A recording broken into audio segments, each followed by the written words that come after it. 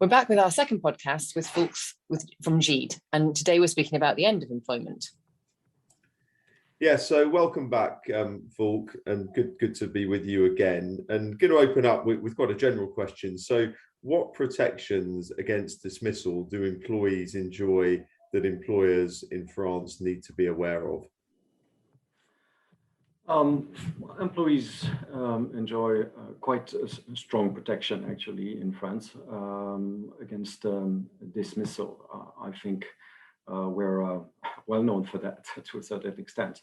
The basic thing to know is that we do not have such concept as employment at will in France.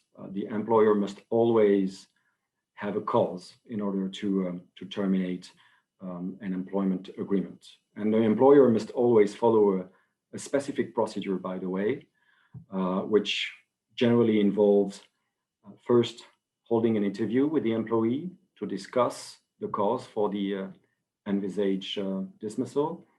And second, sending a dismissal letter to the employee confirming the cause behind the dismissal. Well, the cause may be either based on personal grounds, whether disciplinary or non-disciplinary grounds, or they can be business related, like the need to cut costs, to stop losses, or to avoid making losses. Indeed, and in the UK we have the unfair dismissal claim, which I'll come on to in a sort of broader context in a few moments. But in terms of the sort of protections that a French employee would have if the employer gets that wrong, if they don't have the right type of reason and they don't follow the right type of process, can you just give us a bit more information on sort of what that gives to the employee in terms of a remedy? Sure. The remedy for any dismissed employee against a dismissal is to challenge the cause or the grounds put forward by the employer in the court after the dismissal. So typically, a dismissed employee who believes he was unfairly dismissed would go to the employment tribunal and ask for damages for unfair dismissal. In most of the cases, the employee cannot ask to be reinstated in the company. However, there are some exceptions when the dismissal was not only unfair, but actually null and void. For example, because the employer dismissed a pregnant employee, then the employee can decide either to ask for damages or to ask for reinstatement in the company. Yeah, okay, that's clear. I mean, definitely some similarities with the UK regime. As I touched on, we have the unfair dismissal claim. You need 2 years service to bring that claim, and effectively to avoid exposure. Similar to France, the UK employer has to have one of a limited number of reasons and follow a fair process. But one of the issues with our regime is that compensation is capped at the lower of a year's salary or a number around £90,000. So in the light of that cap on compensation, employees often bring a discrimination claim or even these days, perhaps also or separately a whistleblowing claim where compensation is potentially uncapped. Do you have the same issue around discrimination and potentially whistleblowing claims in France? Yes, we do have quite the same issue in France. Well, first, except in case of dismissal based on gross or willful misconduct, any dismissed employee must be paid a severance amount by the employer, the amount of which is calculated by reference to the French Labor Code or to the sector bargaining agreement if it provides for a more favorable calculation formula. And then, as I said, any dismissed employee can take legal action to challenge the cause put forward by the employer to justify the termination. And if the employee prevails in court, the court will order the employer to pay damages in accordance with the loss actually suffered and demonstrated by the employee. But since 2017, within a legal scale, which includes a minimum and a maximum, depending on the employee's length of service at the time of dismissal. And since 2017, some employees have claimed that the scale should not be applied when it does not allow an appropriate indemnification of the employee. And some courts actually have accepted this. And therefore, we are eagerly waiting for a clarification from the Cour de Cassation, or our Supreme Court for civil matters. And then second, quite similar to what you have in the UK, as the legal scale for damages does not apply in certain cases, notably where the employee was discriminated or harassed, well, we've had since then much more claims in this respect in court, claims of discrimination or harassment allegedly suffered by employees, and yes, indeed, there's been quite an increase of the number of court actions based on these grounds. That's really interesting, because actually I think I thought that the UK was a bit of an outlier in that. I think there's other jurisdictions where they don't seem to have the kind of big rise in discrimination claims because they haven't got this kind of distinction between the caps. But that's interesting that France is going the same way as the UK in that respect. And separate in the UK, so separate to the unfair dismissal protection, employers need to obviously comply with the contract of employment when they're terminating, and this usually requires notice to be given unless it's kind of very serious kind of gross misconduct dismissal. And the contract will often give the employer a right to place the employee on garden leave or pay in lieu of that notice. What do employers need to think about when they're giving notice in France? And do you have concepts similar to garden leave and paying in lieu of notice? Yes, we have quite similar concepts, actually.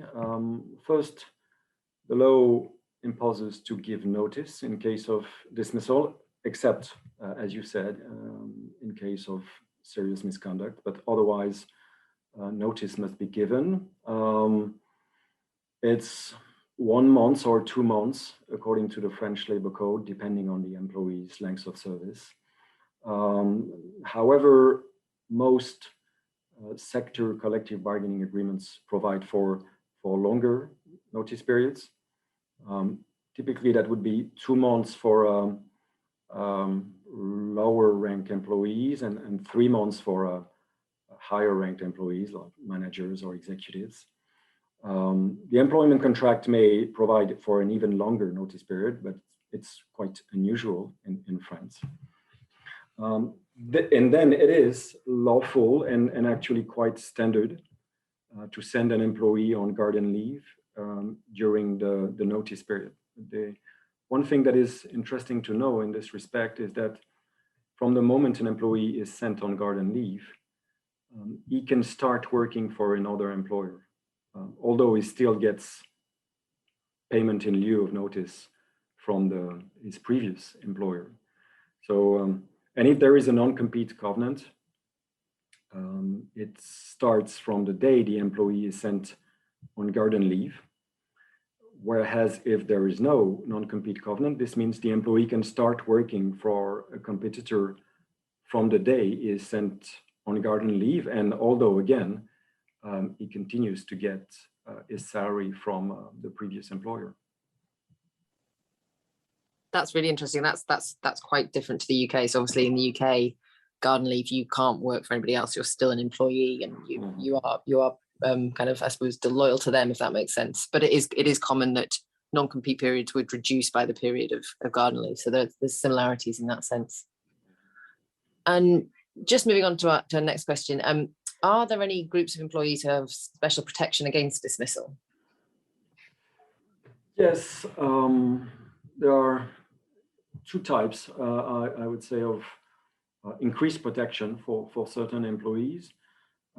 First, there is an increased protection in relation with health conditions. So this includes increased protection for pregnant women, for which the dismissal is only possible in case of gross misconduct or so-called impossibility to maintain the job position, but that's actually strict, well, more or less only applicable in case of complete closure of the business. There's an increased protection in case of maternity or paternity leave, during which dismissal is simply impossible. Also in case of work-related accidents, someone who's on leave further to a work-related accident cannot be dismissed, again, only with the exception only if there is a gross misconduct on behalf of the employee or impossibility to maintain the job position. So that's all of this is the first category of increased protection that certain employees benefit from. And then there's also another increased protection for staff representatives. Since an employer must obtain an authorization from the labor administration in order to dismiss any staff representative. And more or less, the labor administration will make the same assessment as the court would do after the termination for a non-protected employee, except that here it makes this assessment prior to the dismissal.